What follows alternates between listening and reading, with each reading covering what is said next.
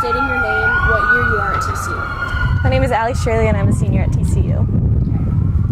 So how long have you been gluten-free? I've been gluten-free for 4 years since the summer before coming into college. Is it a personal decision or a medical one? No, it's actually medical. I have celiac disease, so I was diagnosed with this autoimmune disorder that makes me allergic to gluten. Has it been difficult finding gluten-free options throughout your college experience? Yeah, I think it was tough at the beginning, especially because the diet was so new when I first came to school. But throughout my time here, it's gotten a little bit easier. When I was first here, the nutritionist was like gone on maternity leave, and the chef wouldn't really talk to me, so I had a hard time at the Blue. But now that I'm an upperclassman, eating off campus and cooking for myself has been a lot easier. Do you feel like it's easy to be gluten-free at TCU, considering like being a freshman or sophomore who actually like lives on campus and has to eat in the cafeteria? I think the Blue is a little bit harder than like over at KFCB. I think it depends on what the meal is for the day. Some days are definitely better than others, but there have been days where I go, especially on the weekends, and nothing's really there that I can eat, and that was definitely a struggle as an underclassman.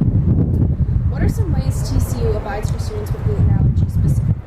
I know that they just recently opened up Magnolia as a completely allergy-free section, and in Blue too. And I know in the Blue they have a specific line near the smoothie section that's for gluten-free and avoids other major allergies.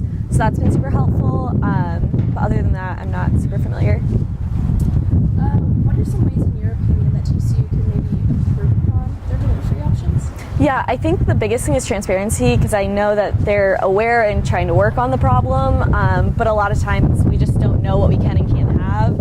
So some way of being more transparent about what ingredients, how things are made, how things are prepped would be really helpful. Do you mind saying that like one more time with the wind? No, yeah. Okay.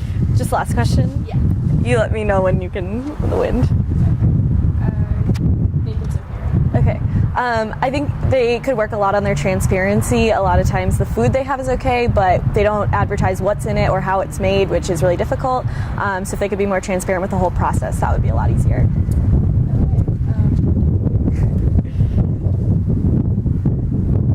Next, were you worried originally coming to college about finding gluten-free options here, especially since you were so new to the whole celiac disease? Yeah, it was definitely a struggle. My mom was funny when we first came here. She went to go talk to the head chef, and she came to me and was like, I talked to the chef, we're going to get it figured out. But when I actually came here, it was hard. It was a whirlwind trying to move and adjust to a whole new diet. The nutritionist wasn't really around for me to meet with, and it took a really long time for me to meet with the chef to figure out what I could and couldn't eat. So that was like a major concern for me coming into school, and I'm sure it's tricky for a lot of other students too. Do you think TCU did well with you though? I think for the most part, yeah. Eventually, it took some time, but we got there, got it figured out. Yeah. Okay. Would you say, in your opinion, there are a wide variety of gluten-free options here at TCU? I think it's improved. I don't know, like a super wide variety, as is cafeteria food, and just like food on campus in general is pretty limited to what they'll offer on that day. So again, some days are better. Breakfast usually goes really well for me, so I religiously would eat breakfast at the Blue, and especially Sunday brunches always worked well for me. Okay, and lastly, did your allergy sway your initial college decision as where you were going to go? Like, did TCU really sell you on that? No, that was actually really an afterthought for me, because I had an idea that might be it when I was making my decision, but I wasn't officially diagnosed until I think it was 2 days before orientation. So orientation in and of itself was a lot for me, and I wish I would have known when making the college decision, so I could have asked the right questions, but I didn't even really know what questions to ask at that point. So I was kind of thankful for those that took the time to talk me through it and helped with that transition.